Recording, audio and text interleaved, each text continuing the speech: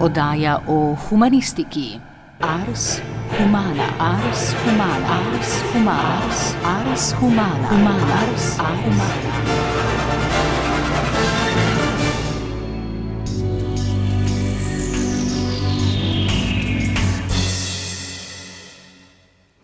Zakaj je delavski razred, ki je bil v Franciji na sredini preteklega stoletja ena najbolj mobiliziranih družbenih skupin v državi, v zadnjih desetletjih skoraj povsem izginil iz javnih razprav in zakaj bi morala starost, ki je pogosto spregledana tema, postati politična kategorija?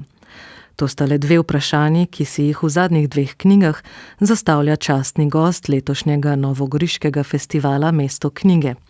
Eden največjih sodobnih francoskih mislecev, sociolog in filozof Didier Ribon. Ribon je avtor številnih knjig, v slovenščini pa smo že pred leti dobili prevod enega od njegovih najbolj odmevnih del, knjige Vrnitev v Reims, v kateri piše o svoji delavski družini. Ob avtorjevem obisku v Novi Gorici je izšel tudi slovenski prevod avtorjeve zadnje knjige Življenje, starost in smrt navadne delavke, v kateri se posveti svoji materi. Če v knjigi Vrnitev v Reims premišljuje predvsem v delavskem okolju svoje mladosti in življenju svojih staršev in delavcev širše, nekdaj povezanih v sindikate in prepoznanih strani političnih strank, danes pa po večini nemobiliziranih in v luči razkroja socialne države predvsem pozabljenih, se v knjigi Življenje, starost in smrt navadne delavke osredotoča na svoj odnos do matere, pa tudi življenje delavk, in to, kako njihovo težaško delo vpliva na njihova telesa in posledično starost. Z Didierjem Ribonom sem se pogovarjala Petra Meterc. Kadar sem z mamo govoril po telefonu, enkrat ali dvakrat na 3 mesece, pogostokrat manj, me je spraševala, kdaj naj jo boš obiskal. Izmikal sem se z izgovorom, da sem zelo zaposlen in ji obljubljal, da kmalu pridem. Vendar tega nisem nameraval. Od svoje družine sem zbežal in nikakršne želje nisem imel, da bi se spet srečal z njo. Tako Didier Ribon v knjigi Vrnitev v Reims opisuje svoj pobeg iz delavskega okolja in dejstvo, da se več desetletij domov ni vračal. Zakaj je bil za avtorja tovrsten umik iz okolja njegove mladosti potreben? Well, when I was a teenager, Ko sem bil najstnik, sem živel s starši v delavskem predmestju mesta Reims. To je bilo delavsko okolje, delavska družina, v kateri ni bilo knjig, ni bilo kulture. Vse te stvari, ki sem jih sam odkrival, knjige, glasba, gledališče, kino, so bile v okolju, v katerem sem takrat živel, povsem odsotne. Ni šlo za to, da sem se hotel ločiti od tega okolja. Ločitev se je zgodila postopno, ker sem bral knjige, hodil sem v kino, želel sem obiskovati gledališke predstave. Seveda je bila to nenačrtovana ločitev. Spoznal sem, da hočem postati nekdo drug, ne pa delavec v tovarni ali kaj podobnega. Zato sem se moral oddaljiti od svoje družine. Seveda je bil za to še en pomemben razlog, saj sem, ko sem bil star 16 ali 17 let, odkril, da sem gej. In zame ne bi bilo lahko ostati v okolju, ki je bilo precej homofobno. Da bi se lahko svobodno počutil v svojem gejevskem življenju, sem moral zapustiti svojo družino in svoje mesto ter oditi v Pariz. Preseliti se v veliko mesto je eden najbolj tradicionalnih korakov gejevskega mladostnika. To pot so opisali sociologi in zgodovinarji in to se je zgodilo tudi meni. Želel sem se preseliti v Pariz. Torej sta bila dva vidika, moje zanimanje za kulturo in moje gejevstvo. Tako sem odšel v Pariz in ko sem prispel tja, sem začel spoznavati različne ljudi, se družiti z ljudmi iz različnih okolij, bolj buržoaznih, kulturniških. Nekaj časa sem se sramoval svoje družine, svojih staršev, nismo brali knjig, nismo vedeli ničesar o kulturi. Takrat sem se popolnoma ločil od svoje družine, da bi se izumil kot nova oseba.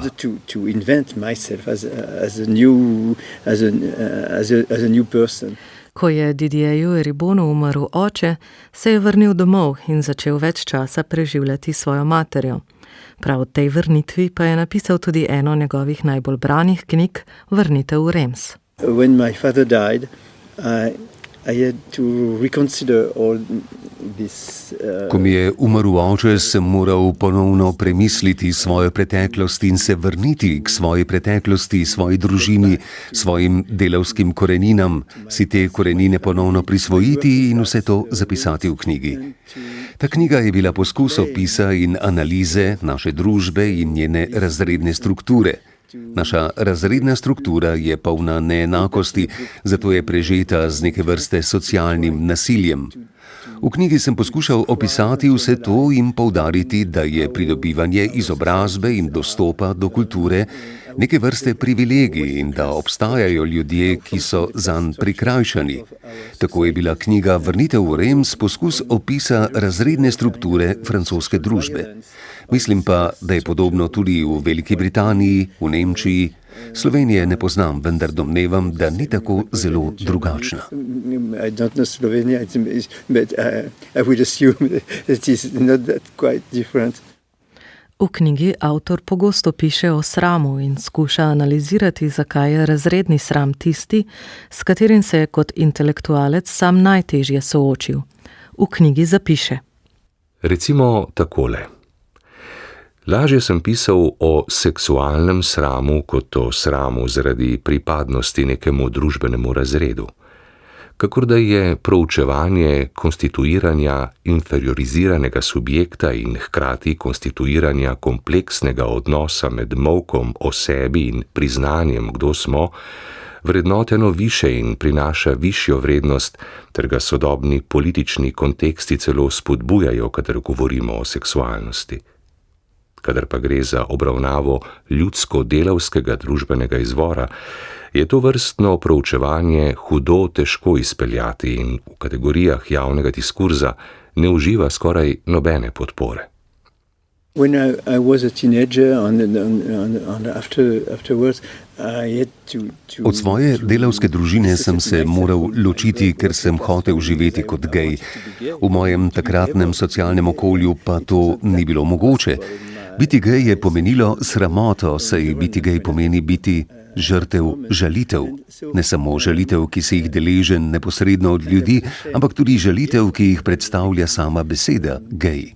Žalitve so povsod v vsakdanjem življenju in tako je žalitev način, kako ti družbeni red vsili misel, da to, kar si, ni normalno, da si bolan. Tako se sramuješ tega, kar postajaš, in hkrati to želiš postati, saj je to tisto, kar si. Najprej sem torej izkusil sramoto, ker sem gej. To sramoto sem premagal, ko sem odšel v Pariz, vendar sem s tem, ko sem potisnil stran sramoto, ker sem gej, pridobil sram zaradi svojega delavskega okolja. Nisem se zmogel poistovetiti z obojim. Biti gej iz delavskega razreda je zame pomenilo protislovje, saj sem se v okolju, iz katerega sem izviral, kot gej počutil osamljenega, tega pa si preprosto nisem več želel.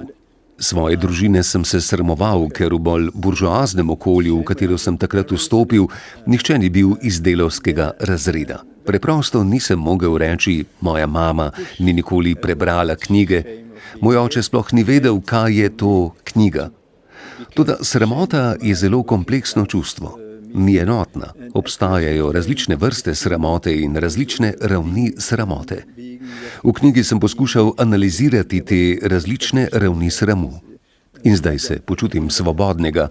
Seveda se ne sramujem več, da sem gej in da sem otrok delavskega razreda. Napisal sem knjigo o svojem otroštvu, starših, družini in tako naprej. I wrote a book about my childhood and my parents and my family. Eribon se v knjigi Vrnitev v Reims posveti preoblikovanju tako samega delavskega razreda kot njegovega mesta v francoski družbi od sredine 20. stoletja do danes.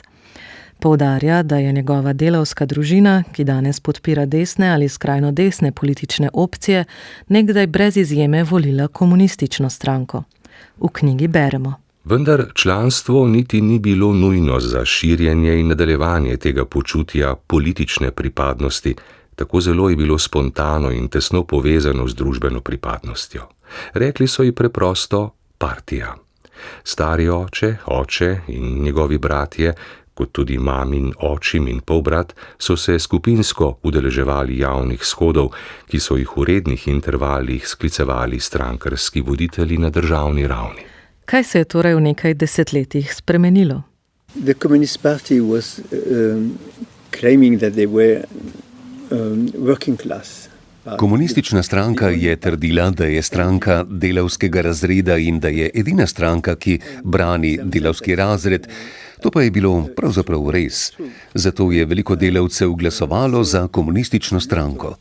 Za moje starše je bilo v 50., 60. in 70. letih prejšnjega stoletja voliti komunistično stranko nekakšna naravna gesta, ker je bila to stranka, ki jim je dala glas in branila njihove interese in njihova življenja v političnem prostoru, v parlamentu in tako naprej.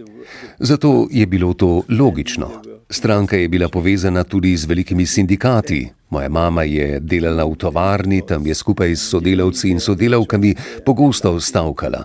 Sindikat je organiziral dolge množične stavke. Delavski razred je bil tako mobiliziran prek povezave s stranko in sindikati.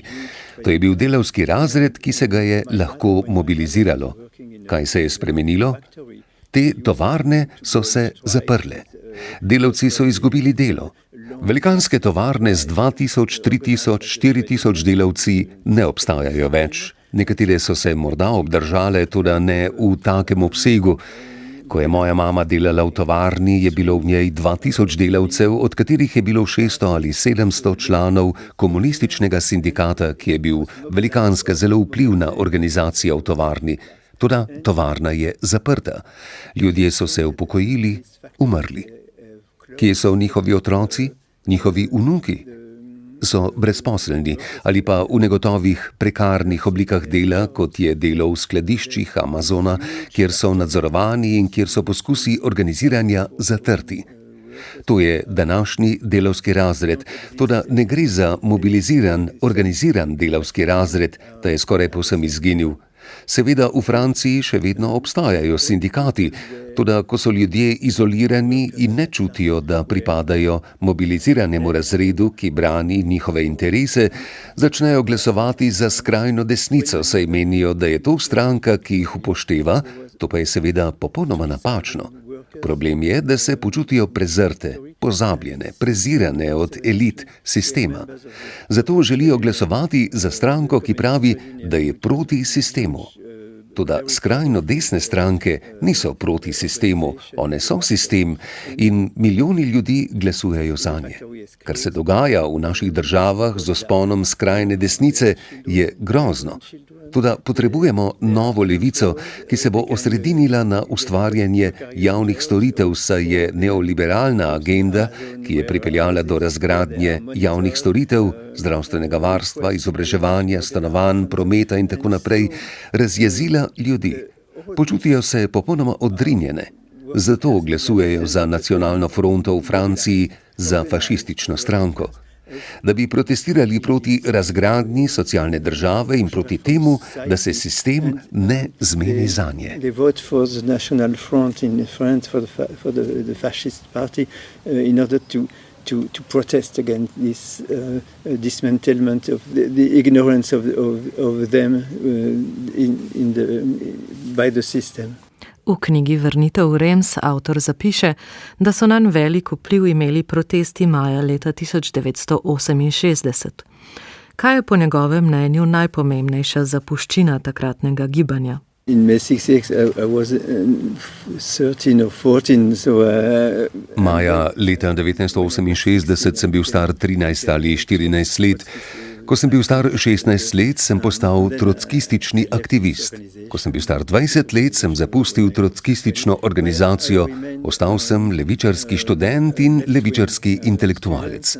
V tistem času je bilo veliko različnih gibanj. Maj 1968 je bil čudovit trenutek in tudi posledice maja 1968 so bile čudovite. Vsa ta energija, iznajdljiva ustvarjalnost, volja za spremembo družbe, za izgradnjo nove družbe z več socialne pravičnosti, za pravice žensk, pravice LGBT oseb, pravice za vse. Bil je čudovit trenutek in veliko stvari je preživelo ta trenutek. Na vseh področjih se je veliko stvari spremenilo, tako tako na kulturnem področju, kot v načinu, kako razmišljamo o politiki.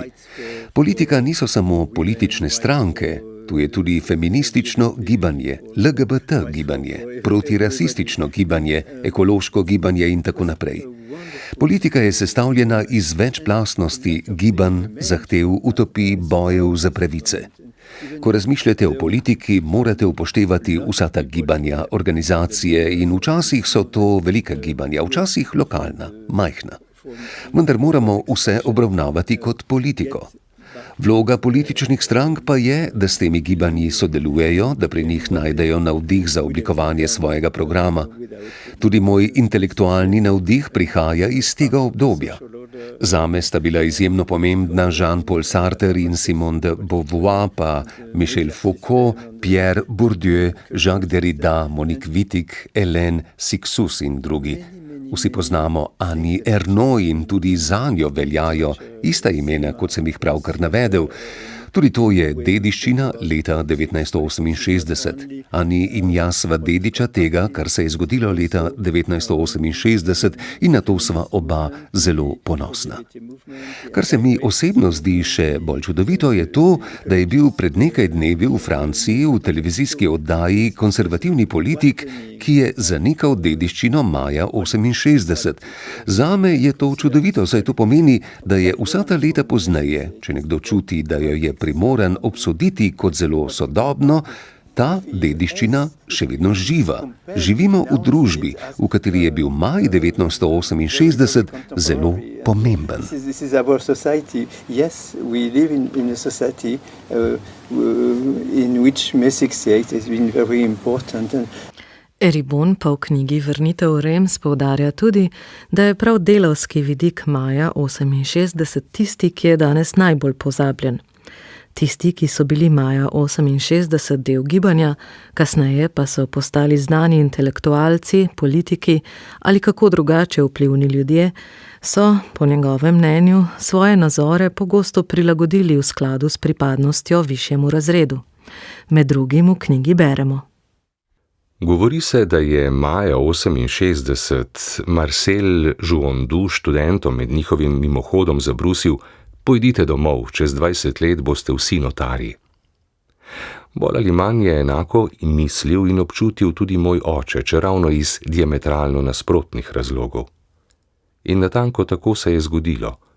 Mogoče ne notarji, toda pomembneži, o tem ni dvoma, ki so jih pogosto osupljive kariere nazadnje umestile bodisi v političnem, intelektualnem ali pa v osebnostnem smislu, v udobje družbenega reda in obrambo sveta, kakršen je, se pravi sveta, kakršen popolnoma ustreza tistemu, kar zdaj so. 68 was not only a feminist LGBT and so on movement, was also 10 millions. Seveda to ni bilo samo feministično gibanje, LGBT gibanje in tako naprej. Vključevalo je tudi 10 milijonov delavcev, ki so dolgo stavkali in se borili na ulicah s policijo. To je bilo velikansko delavsko gibanje in prav ta del dediščine je danes pozabljen. Morda tudi zato, ker je komunistična stranka iz zgodovinskih razlogov skoraj izginila. Socialisti in socialdemokratske stranke pa te dediščine ne želijo ponovno vzeti za svojo, ker so jo izdali. Ne želijo slišati o delavskem razredu, poskušajo izbrisati sam pojem razred.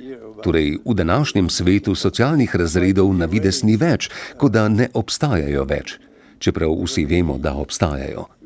Ker ne želimo upoštevati teh socialnih razredov, se je delavski razred preoblikoval, zdaj se mobilizira drugače z glasovanjem za nacionalno fronto, za skrajno desnico. Torej, moramo na novo premisliti politiko, v kateri bi družbene razrede upoštevali kot eno izmed pomembnih delitev v naši družbi.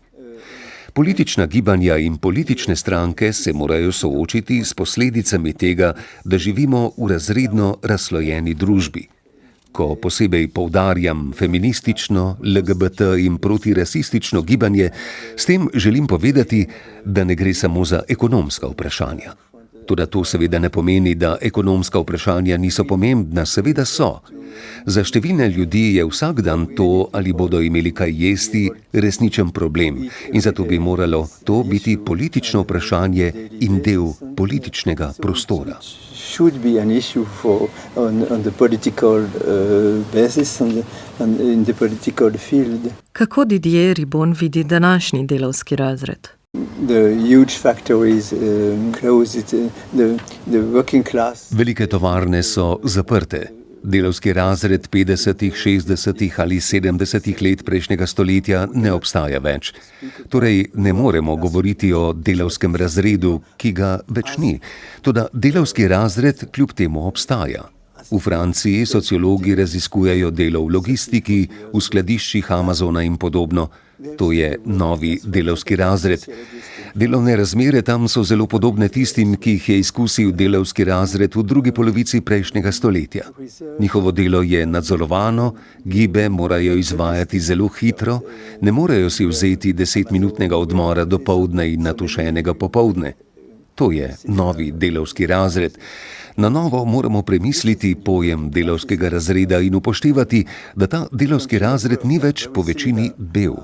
Prav to je eden izmed razlogov, zakaj ga marsikateri ne dojemajo kot delavski razred, ker ne ustrezajo podobi delavskega razreda iz preteklosti, saj so ti delavci migranti ali otroci migrantov. Obstaja seveda razlika med belim delavskim razredom, ki se nagiba k skrajno desnim strankam, in nebelim delavskim razredom, ki se lažje odloči za stranke levega pola, kot je La France Insoumise. Ta razkol obstaja in ni ga lahko preseči. Prav vloga političnih strank pa je, da to poskušajo storiti, da združijo ti dve skupini delavskega razreda.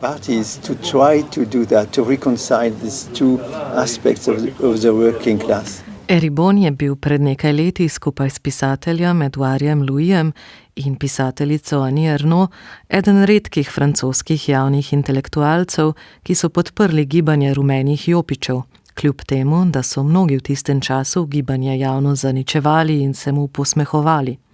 Zakaj se je avtorju zdela ta podpora pomembna? At the beginning of this movement of the Yellow Vest, I was pretty reluctant to... Na začetku gibanja rumenih jopičev sem bil precej zadržan glede podpore. Potem pa sem se pogovarjal z Edouardom Louisom, ki je napisal članek, v katerem je rekel, da ko posluša novinarje v televizijskih oddajah govoriti o ljudeh na ulicah, kako jih prezirajo in kakšen besednjak uporabljajo, da bi jih opisali, pravzaprav opisujejo njegovo družino, njegove starše in zaradi tega prezira do ljudi na ulici je bil prizadet.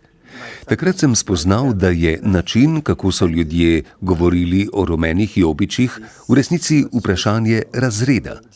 Te ljudi so prezirali, ker so bili neizobraženi. Zato smo morali stopiti na stran tistih, ki so protestirali proti svoji situaciji, proti neoliberalni agendi. Pa čeprav vem, da so bili med njimi tudi rasisti in homofobi, pa saj tudi v čudovitem delavskem razredu 50. in 60. let prejšnjega stoletja niso bili vsi brez predsodkov. Tudi tam so bili rasisti in homofobi. Toda bistveno ni to, kakšni so bili posamezniki, temveč kaj je pomenilo to gibanje. In zato, kar to gibanje pomeni, smo se lahko borili. Tega gibanja nihče ni predvidel in na začetku ga tudi nihče ni povsem razumel.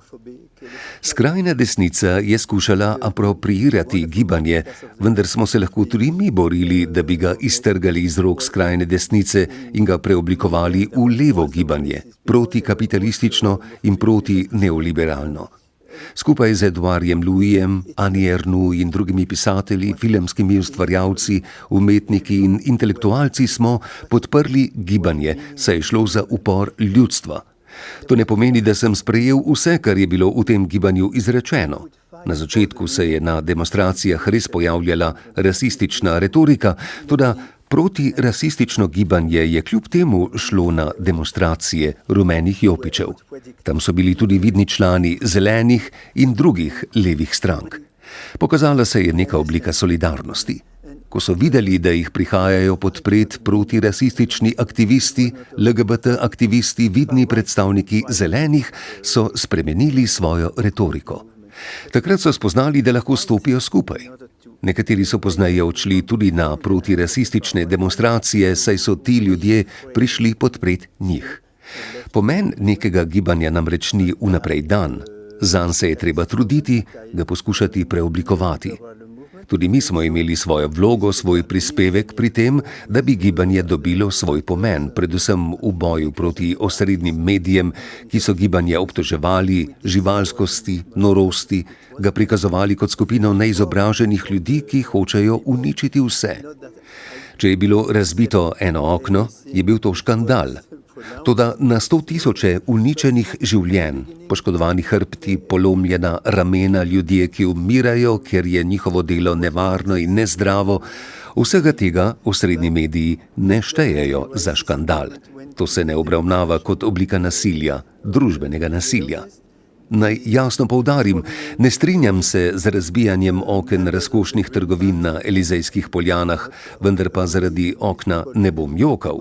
Jokal pa bom za ljudmi, katerih življenja so uničena zaradi krutih delovnih razmer.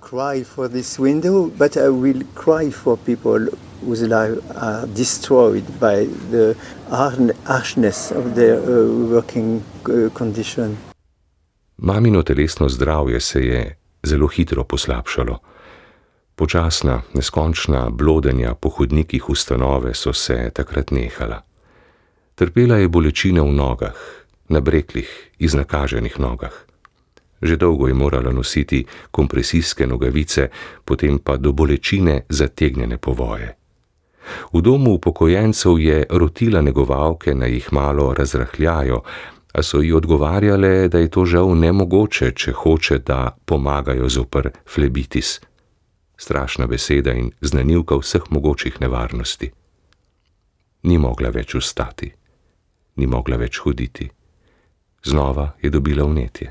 Tako Didier Ribon v knjigi Življenje, starost in smrt navadne delavke opisuje, kakšne posledice je tudi njegovi materi, ki je večino življenja delala v tovarni, težaško delo pustilo na njenem telesu. After having left for my family for 30 years, I went back. 30 let potem, ko sem zapustil svoje družinsko okolje, sem se vrnil in obiskal mamo. Nekaj časa sem preživel z njo v njenem stanovanju v francoskem predmestju. Takrat je še lahko hodila, govorila, včasih sva skupaj odšla na sprehod po okolici, potem pa se je njeno zdravstveno stanje zelo hitro poslabšalo. Nekega dne je padla na tla in ni se mogla več pobrati. Moji bratje in jaz smo morali sprejeti odločitev, da poiščemo dom za starejše, v katerem bi skrbeli zanjo. To je nerada sprejela, vendar druge možnosti ni bilo. Sama v stanovanju ni mogla več živeti, bilo je prenevarno. Če je padla na tla, se ni mogla več premakniti. Dokler je ni na tleh našla medicinska sestra, ki je vsak dan prihajala dajat injekcije. Na lastne oči sem videl, kako hitro se je njeno zdravje poslabšalo. Njeno telo je bilo telo delavskega razreda. Ko ljudje pravijo, da danes družbeni razredi ne obstajajo več, bi morali pogledati mojo mamo in njeno telo, ki je bilo, ko se je postarala, zelo tipičen primer telesa ženske iz delavskega razreda. Staranje, če si akademik, umetnik, novinar, filmski ustvarjalec ali pisatelj, ni enako kot pri ženski iz delavskega razreda, ki je desetletja delala v tovarni in je to delo uničilo telo. Tako kot to opisuje Edouard Louis v knjigi o svojem očetu, čigar telo je tovarna povsem uničila. Ko je moja mati prestopila 80. leto, je začelo njeno telo naglo pešati. Hodila je le še s težavo in ko ni bila več zmožna samostojne hoje, ko je začela izgubljati telesno avtonomijo, smo morali sprejeti odločitev, da jo nastanimo v domu za starejše. Čutil sem sočutje do te ostarele ženske, pa tudi hvaležnost, morda nekoliko prepozno, vendar sem se zavedal, da sem lahko hodil v srednjo šolo, potem na univerzo, poslušal predavanja, hodil v gledališče, v svoji sobi bral spomine Simone de Beauvoir in romane Jeana Paula Sartra samo zato, ker je ona vstajala ob 5. zjutraj in vsak dan 8 ur delala v tovarni. Brez nje ne bi postal to, kar sem postal. To zavedanje me je napolnilo s hvaležnostjo in občutkom dolžnosti, da poskrbim zanjo. Toda žal je umrla zelo hitro. Ko je bila v domu za starejše, sem začutil potrebo, da napišem knjigo, nekakšen poklon njej in njenemu življenju. Da popišem zgodbo delavske ženske, ki jo je mati zapustila že v otroštvu, ki je pri 14 letih začela služiti kot hišna pomočnica, ki se je poročila z moškim, ki ga ni ljubila, vendar z njim vztrajala 55 let, ki je kar 50 let do upokojitve delala v tovarni. Zame je bilo vse to nepredstavljivo, toda to je bilo njeno življenje. Rekel bi, da sem se želel pokloniti ne le svoji materi, temveč tudi družbenemu razredu, ki je vedno znova spregledan in kadar ni spregledan, je pogosto obravnavan s prezirom. Ne trudim se prikriti materinih pomanjkljivosti, njenega rasizma ali nesmiselnih stvari, ki jih je kdaj znala izreči. Moj namen ni bil ustvariti mitologije delavskega razreda, neke vrste stalinistične idealizacije, če hočete. Želel sem ga opisati takega, kot je, in svojo mater tako, kot je bila. Toda moja mati v knjigi ni le moja mati, je utelešenje delavskega razreda. V pripovedi, ki je hkrati sociološka in zgodovinska, nastopa kot nekakšen sociološki lik. Tako se poklanjam njej, pa tudi ljudem, kot je bila ona, in francoskemu delavskemu razredu, ki še danes poskuša biti prek različnih družbenih gibanj slišan.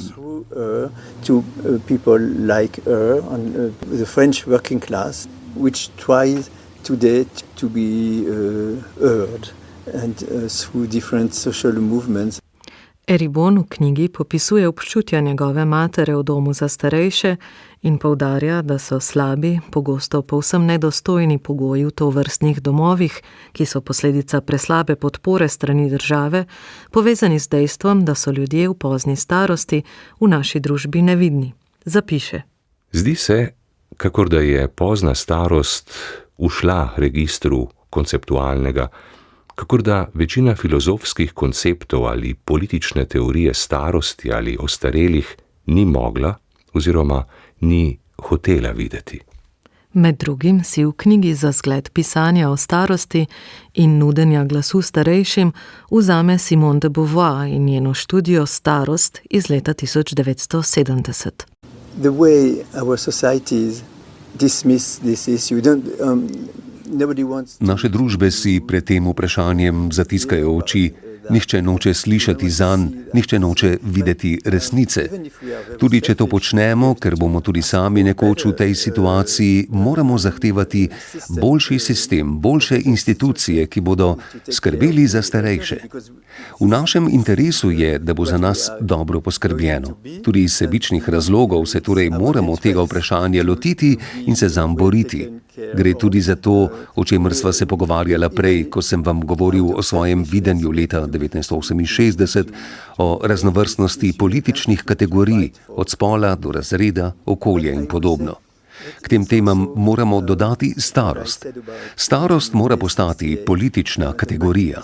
Občudujem Simone de Beauvoir, ki je že leta 1970 zelo zgodaj, potem ko je spol vzpostavila kot politično vprašanje, enako naredila s problematiko starosti. Žal pa to ni enako kot pri ženskah. Ženske se lahko organizirajo, demonstrirajo, protestirajo. Ko starejši izgubijo telesno avtonomijo, se ne morejo premikati in ne morejo protestirati.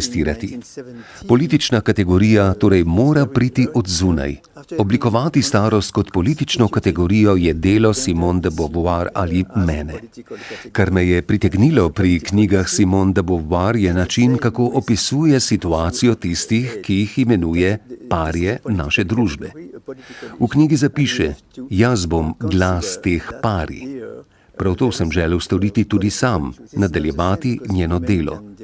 To je intelektualna in politična gesta, dati glas tistim, ki ga sami ne morejo izraziti, omogočiti, da se njihov glas sliši v javni in politični sferi. Simone de Beauvoir je to storila že v 70-ih, jaz pa sem želel po svoje, črpajoč iz svojih lastnih izkušenj, to nadaljevati. Poskrbeti, da se glas starejših sliši v javnosti in politiki. Da bi starost postala politična kategorija, so potrebni ljudje od zunaj, ki bodo spregovorili za starejše. To je lahko pisatelj, filozof, sociolog, režiser ali umetnik. Vloga umetnika, intelektualca ali pisatelja je prav to: omogočiti, da se najranljivejši glasovi slišijo v javnem in političnem prostoru.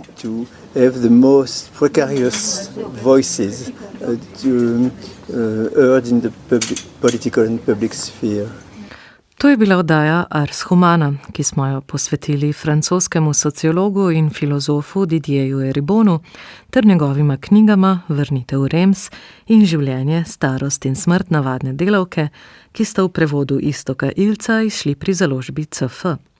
Pogovor z njim sem pripravila in vodila Petra Meterc. Za tehnično plat oddaje je poskrbel Vladimir Jovanovič, brala sta Renato Horvat in Igor Velše. Hvala za vašo pozornost in lep pozdrav. Oddaja o humanistiki. Ars Humana. Ars Humana. Ars Humana. Ars Humana. Ars Humana.